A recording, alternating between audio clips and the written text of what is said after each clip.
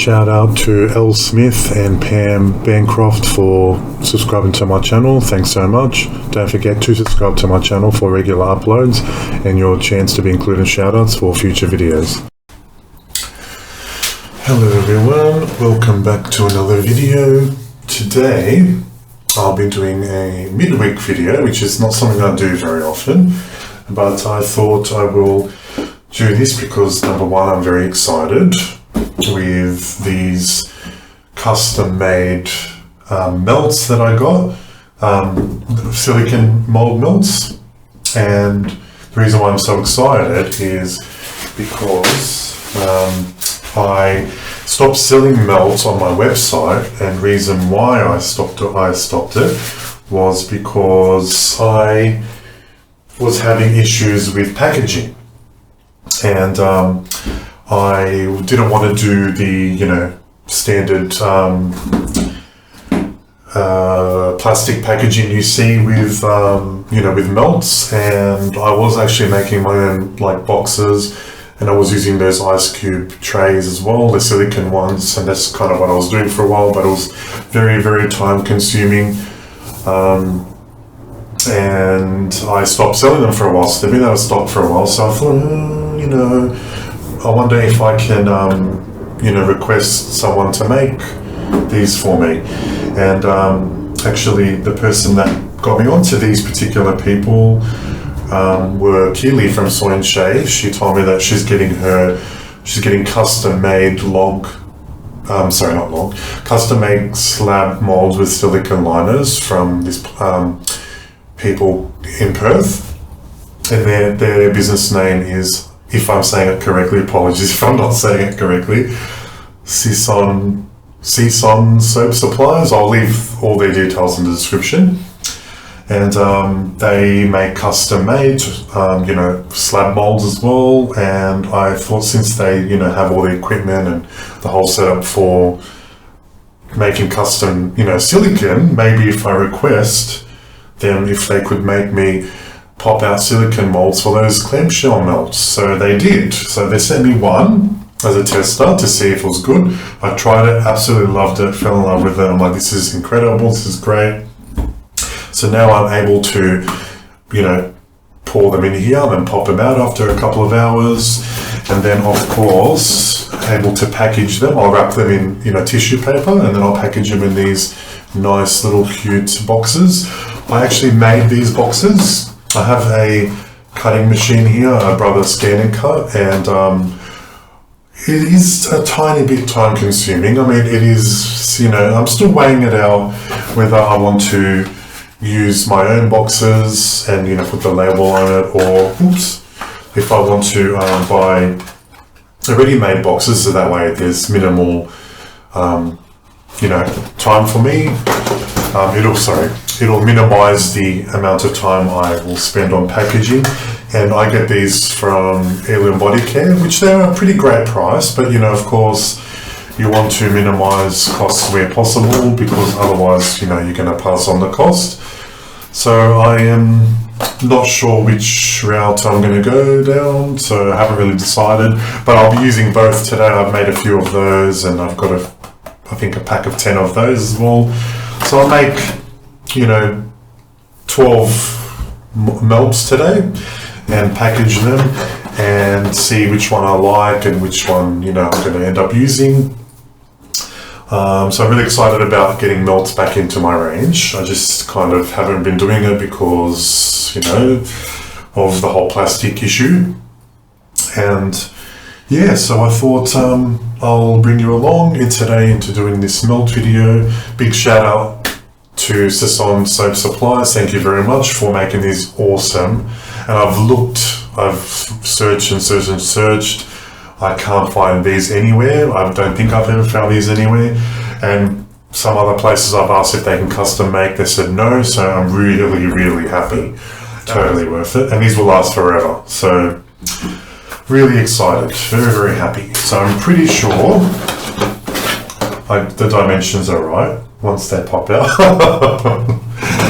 And these are the ones I made myself, but if not, that's okay. I know these will fit my normal size soaps, so like the small ones, the facial ones that I make, so they won't go to waste. If I want to, you know, give them as gifts or something, I can just pop them in here. And same with these ones as well, the ones I bought. But it'll be just a nice testing thing, and also a shout out to, you know, CeeSon Soap Supplies who made these as well. And definitely head on over, and if you require these to be made, they will definitely make them for you now that they've got the molds all sorted. So yeah, I'm going to take you along, and we're going to make some beautiful soy wax melts.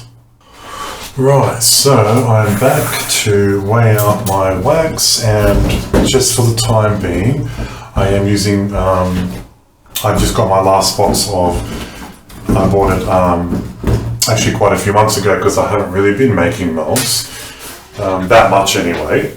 I do for private labels, but for my range.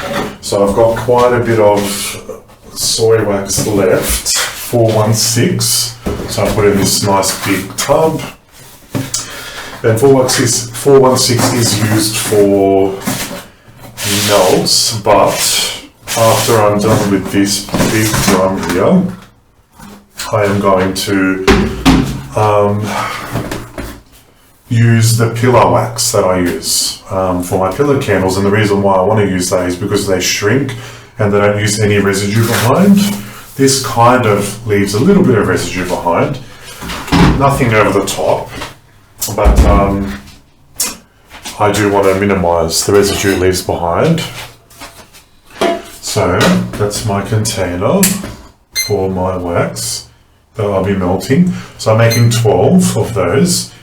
So I probably don't need all those moulds, but that's alright. Just wanted to show you. So 12, these hold 65 grams plus fragrance, each one. So 12 is 780. So I'm going to weigh out 780 grams.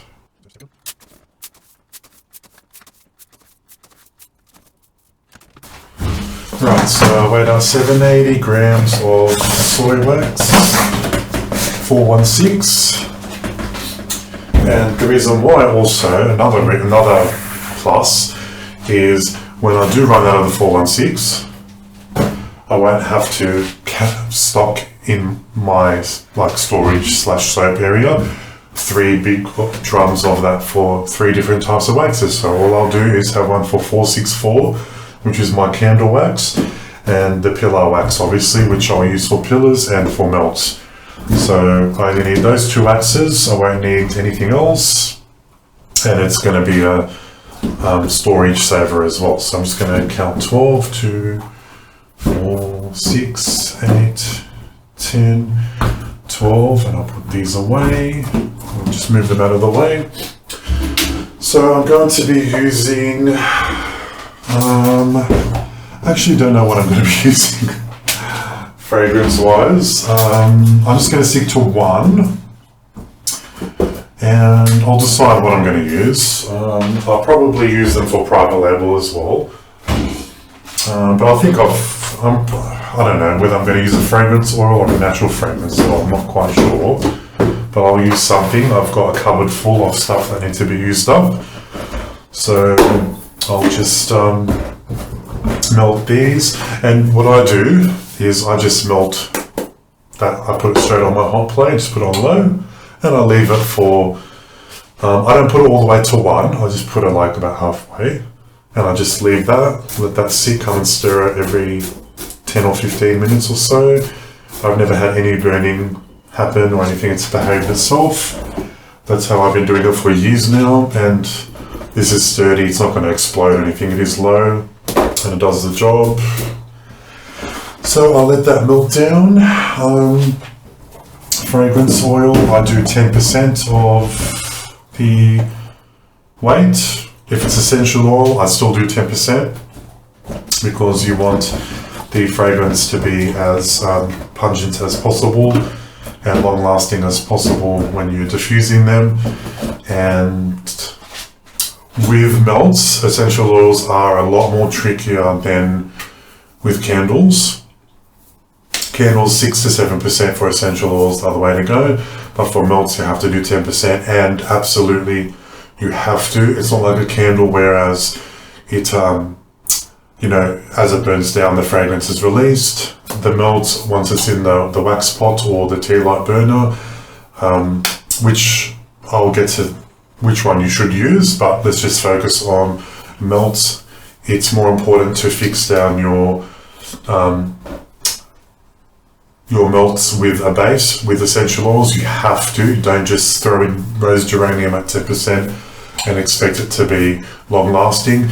You have to fix it with a base like cedarwood or patchouli, but I recommend cedarwood because if you do 25% cedarwood and 75% rose geranium, you won't actually smell the cedarwood at all, but it's there to help anchor it down as it's burning in the pot, and in the wax pot as well. It's actually a lot more consistent and it's more open, and it can just flash off really quick. And I recommend a wax pot because generally they don't go above 70 degrees Celsius, whereas a tea light, when you light those tea lights and you put them in those wax melters with the tea light in it, the temperature is actually not stable, and it's not. There's no thermostat in it, so it could easily be up to 100 degrees, and it'll flash off a lot quicker. So that's the same as for fragrance oils or essential oils or whatever you're using for your melts. I recommend an electronic warmer, wax warmer, because that has an inbuilt thermostat and doesn't go above a certain temperature, certain degrees. Generally between 65 and 70 they kind of sit around. Whereas there's no limit for the tea light. It will just go as hot as possible and it'll diffuse actually quite quick. And even if you have fragrance oils, a little cube, you know, these cubes can, after a couple of hours, can just be completely gone. You can't smell anything after that. So it's really important to use an actual wax warmer, a real one, an electronic one. A tea light one is great for backup, but I highly recommend you spend $30 or $40 on the wax warmer because you'll get actually a lot more out of your clamshells, your wax melts, and they'll last a lot longer. So I'm just going to go figure out exactly what I'm going to use for this particular one. I will need 65 grams, whether I'm using fragrance oil or natural fragrance oil or even essential oil. I need 65 grams total because obviously 10% of, actually not 65 grams. I need 78 grams because it's 780 grams of wax we just weighed out for all these. So I'm going to go find out which fragrance oil I'm going to use and then I'll come back and weigh it up. So I found which fragrant oil I'm going to use, and I found this. I actually haven't used this before. I just has it as a tester. Coconut melon. It smells actually quite nice. So I'm going to weigh 78 grams of that. So yeah, I'll just wait. You can probably see it's only been a few minutes. It's gone down. It's starting to melt from the bottom. So I'll just leave it, and then I'll come back and periodically check on it.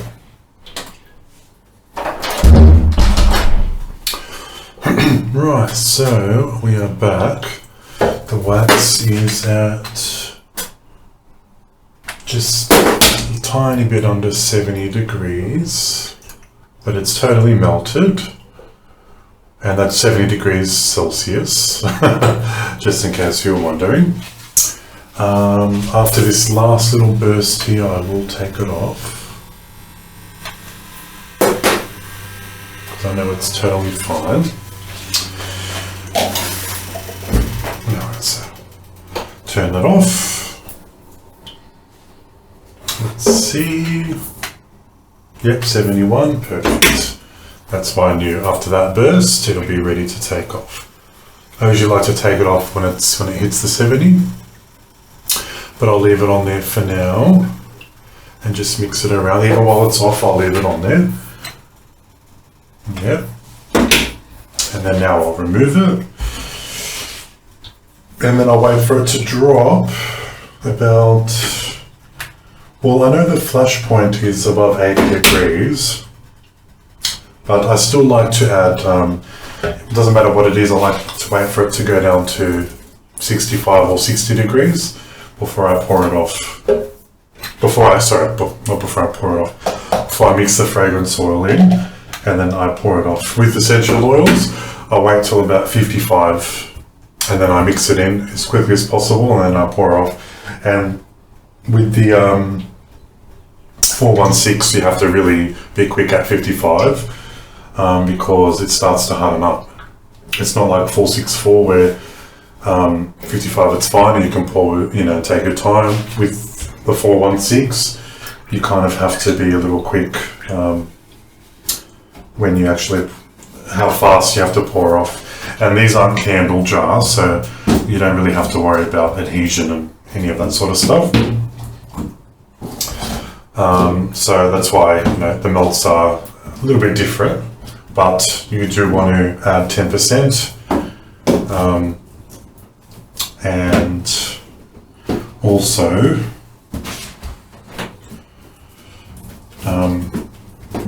make sure you're using a wax warmer when you're actually using your melts, because it actually increases longevity and it's a nice slow release. And you want to make sure that the fragrance oil is mixed in well. 67, yeah. Oh wait, I'll probably just wait maybe 5 minutes just for the temperature to come down a little. And I find adding it at 60 doesn't matter, even if it's fragrant oil with a very high flush point. I just find from experience, when you add it at 60 and you mix in thoroughly, the cold and hot throw is better, and especially the cold throw. So I find when you mix stuff in when it's a little cooler, the cold throw is just so much better. So cold throw is when you just smell it in its hard form, and it's like really, really nice. And obviously hot throw is when it's, if it's a candle, when you're burning the candle, or with the melt when it's actually in the pot and it's melting down and it's releasing the fragrance. That's the hot throw. So I just find from personal experience, adding it at 60 degrees seems to be really nice at keeping as much of the smell in as possible. So it's down to 66. It'll cool fairly quick. It won't take long, just a few minutes. So I'm just going to literally stand here and mix this until it goes down to 60. So it could be another few minutes. That's okay. I'll speed it up if I have to.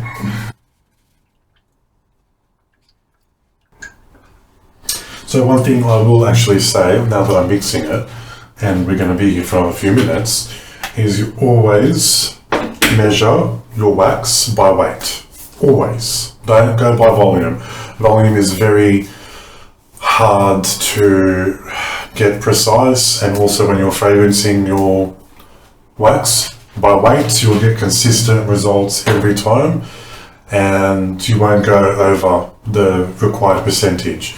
So sometimes, even at 10%, you can add the fragrance oil to the wax, and even with, jar waxes and candle wax, some fragrances at 10% will cause the wick to misbehave and it won't burn properly. So sometimes you have to either increase the wick size, or you just add a little bit less, maybe 9% instead of 10%, and it seems to fix itself. So that's why testing is really, really important. And always test like all your fragrance oils. So yeah, I thought just, since I'm mixing that, and that's an important one to kind of share.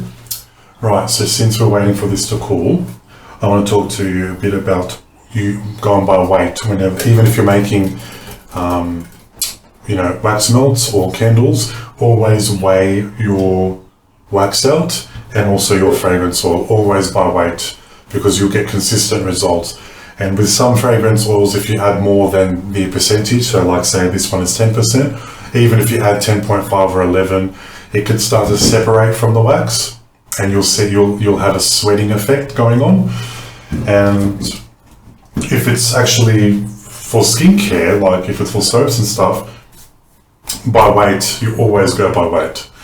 And because if you add more than the desired amount, let's say this fragrance oil is got a max usage 3% on the skin, otherwise above 3% will be, will cause irritation or rashes to occur. And that's why if you were to do volume, because volume and weight is not the same, and the only time it is the same when we're working with water. So water volume is the same as weight, other stuff is not like that whatsoever. So waxes and oils and fragrance oils, they do not weigh the same as the volume.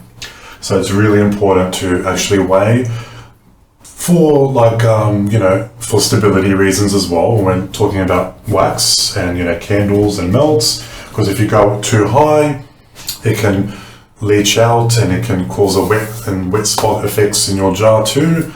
And even with melts, it can sweat. It can look like it's sweating and it's wet, and the fragrance oils start to kind of seep out. So that's why it's really important to go by weight. And of course, some fragrance oils, 10%, won't be as strong as other fragrance oils. So some fragrance oils you can add a little bit less, and some, you want to add strictly on the 10% because they're just not strong enough. And of course, by weighing it out and writing it down, next time exactly how much you used and how beneficial it was, either sticking at 10% or minimizing it from 10%. And you can judge the performance of it as well. So that's why weight is really important when you're working with fragrance oils and waxes. So I'm going to add the fragrance oil in. This is coconut melon. This is from Aussie Candle Supplies. I've never actually used this fragrance oil before. This is the first time. I just got it because it kind of popped up last order I did, and I'm like, oh yeah, let's give this a try. And it does smell nice. Actually, it does have a really strong melon smell. It's got more melon notes than the coconut notes, but still very nice indeed. So I'm just going to mix this in very well. It'll clear up once I mix it in. It's a little bit cloudy now. And the 416 does seem to do that. The 464 doesn't really do it that much. It only does it for a few seconds. But the 416 goes cloudy. And as you mix it, it starts to go clear again. So I think that's enough talking for now. And I'm going to pour off these, and then I'm going to package them up and just show you like my packaging ideas, what I'm kind of tossing up between the two boxes, and we'll see how they look and how they go, and if they turn out nice and I'm happy with them, I will start to sell melts again, because right now they're just showing up as out of stock on my website, and same with the tea lights as well. Because I'm trying to move away, not trying to move away, I just don't use plastic packaging. The only plastic I do use is for my liquid soaps, and that's made from recycled plastic. And I just want to have really nice eco-friendly options, with the melts and the tea lights, the tea light packaging. So I'm just going to go ahead and pour off now, wait for them to set and package them up.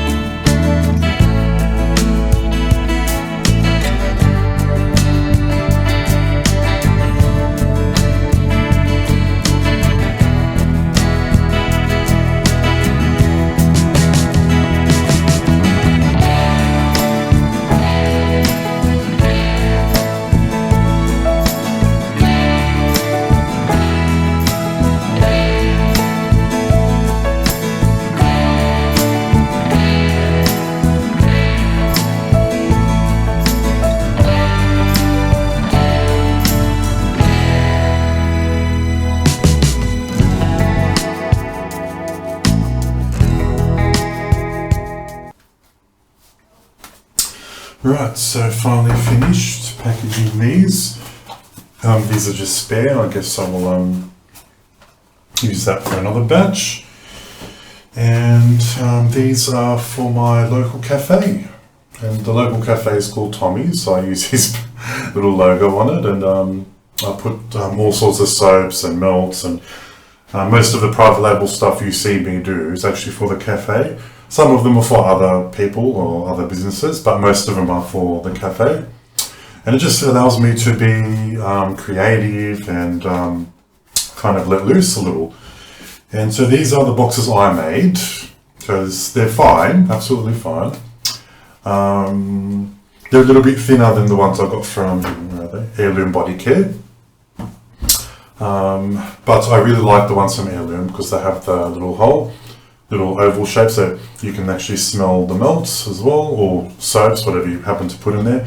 My ones, I can easily do it on the software, but I just wanted to leave it plain, just to kind of see. But as much as I love making my own, I don't think I just have the time to do it, so I think I'll just buy the ones from Heirloom Body Care. They're still great price and great quality, of course. But yeah, like if I was just making a few of them and here and there, it's fine, I'll make them myself. But considering I'm going to be selling quite a large volume, I need things to just be very quick. So I definitely will be using the ones from Heirloom. A couple of them did snap, and it's got nothing to do with the molds. It's because 416 wax doesn't shrink. But I still kind of put it together and put them in the box. It's still totally fine. I wrapped it with the tissue paper, and it keeps it all nice and tucked there. So a couple of them did. Most of them didn't, but a couple of them did break. Just like in between, when I was trying to get it out. And that's absolutely nothing to do with the molds at all. That's actually got to do with the wax. So what I might do, considering I still got about 15 kilos worth of the 416, I might do a 80% 416, 20% pillar wax, and that way it'll shrink slightly and it'll just pretty much slide out like you see cold processed soap slide out of the silicone mold when you use sodium lactate. So yeah, I think that just that little bit of pillar wax in it will make it slip out. Just like when I make the pillar molds, even though it's aluminium, it's hard. The molds, the cylinder molds, I just literally tip it upside down and it falls out. So I expect it to do the same when I use pure pillar wax in those. But I just need it to shrink slightly for it just to pop out a little bit easier, which is totally fine. So when you use tart wax or pillar wax, they shrink and they easily pop out. 416 doesn't do that, or 464 or container waxes don't do that, because you don't want it to shrink in the container. You want it to adhere to the glass and look great. Right, so I think that's pretty much it for today. I guess I have nothing else to cover. Hopefully you enjoyed the video. I thought I'll just show the process of the melts that I make, and I quite enjoy actually making them and packaging them up as well. So I think they turned out really nice. So thank you and see you next time.